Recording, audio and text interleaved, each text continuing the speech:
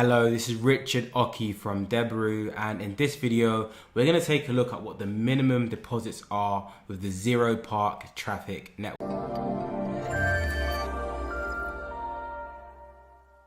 Right, so I'm now signed into Zeropark, and what I want to do is I want to go up here and press top up.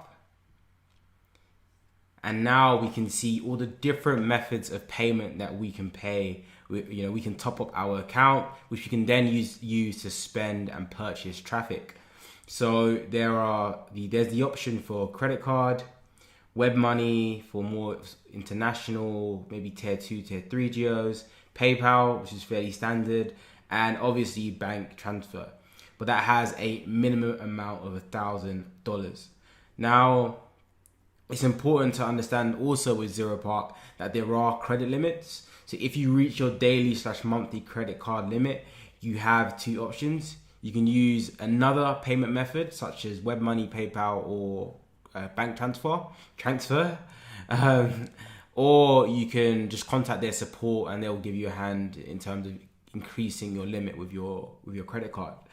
Now, when it comes to your minimum deposit, if you're just starting out with Zeropark, this is going to be a very important aspect of whether or not you're going to run traffic with them, right? You need to know what the minimum amount is so that you can decide whether it's suitable based on your current income and your available cash flow. So for credit card, I believe the minimum deposit is $200, but let's double check. And what I'm going to do is I'm just going to put in $50. Yeah, $200. So I'm really smart. I remember that. So yeah, $200 is the minimum amount for credit card with Zeropark. But this does change depending on the payment method that you're using. So we'll have a look with web money. Okay, it's the same thing with web money. The minimum amount is $200 and PayPal. Let's see if that's the same. I believe it's the same for PayPal. Let me just double check. Yeah, $200 for PayPal, which in GBP, that's around 185 pounds or something like that. And you can obviously do the exchange rate based on your location and your currency, because obviously you need to work that out. It's not going to be 200 for every single currency. It's going to be representative of your own exchange rate. And for bank transfer, okay, so bank transfer was the one I got confused with. So bank transfer was the payment method that has a much higher minimum amount. So if you aren't able to pay through credit card, you can't top up through web money, you can't top up through PayPal, and you have to use bank transfer, you need to understand that with bank transfer, the minimum amount is $1,000. So it's very, very important that you have the budget for that. Otherwise, you need to make sure that you get some other payment method set up, whether it's through PayPal or through web money. Now, if you're from a geo in the world where it's more difficult to get access to a PayPal account or a credit card, web money is usually the best option because they are more tailored towards that type of customer. So I'd say definitely reach out to web money support, try to get an account set up, and get yourself launched with Zeropark at only $200.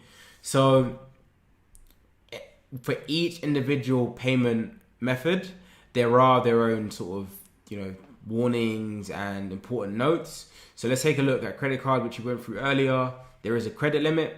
So it's important that you understand that. So if you wanted to smash out with a credit card, you will be capped. So once you get to that cap, you need to either use a different payment method or reach their support. And if you're a customer that's buying a good level of traffic, they will not have a problem increasing your limit. But again, they need to have that trust with you.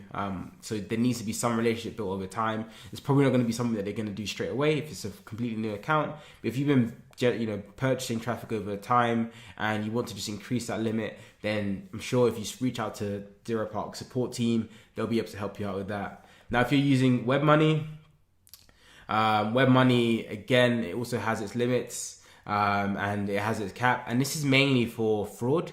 So in the past, some fraudulent, dodgy people have essentially used platforms such as Zeropark with fake payment details, and they just maxed out people's web money accounts, PayPal accounts, purchased a shit ton of traffic, and then that's caused issues with Zeropark because Zeropark is where it's been spent.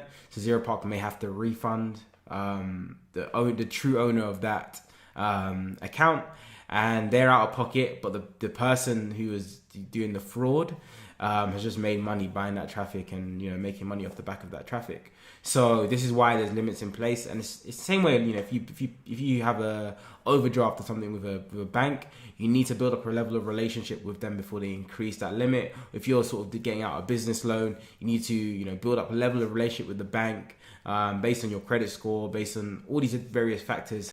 Are you struggling with your affiliate marketing business or want to take things to the next level? Allow me to introduce you to Dijs University. Dijs University is the #1 affiliate marketing training platform in the world. Whether you're a beginner or an advanced affiliate marketer, Dijs University offers you thousands of different videos with topics such as Facebook, volume, adplexity, and many more of your favorite topics. Step by step, you will learn the secret super affiliate ways to get the most out of each traffic source. Dominate each vertical with our detailed quick start guides. Are you ready to get started? Click the link in the description to sign up today.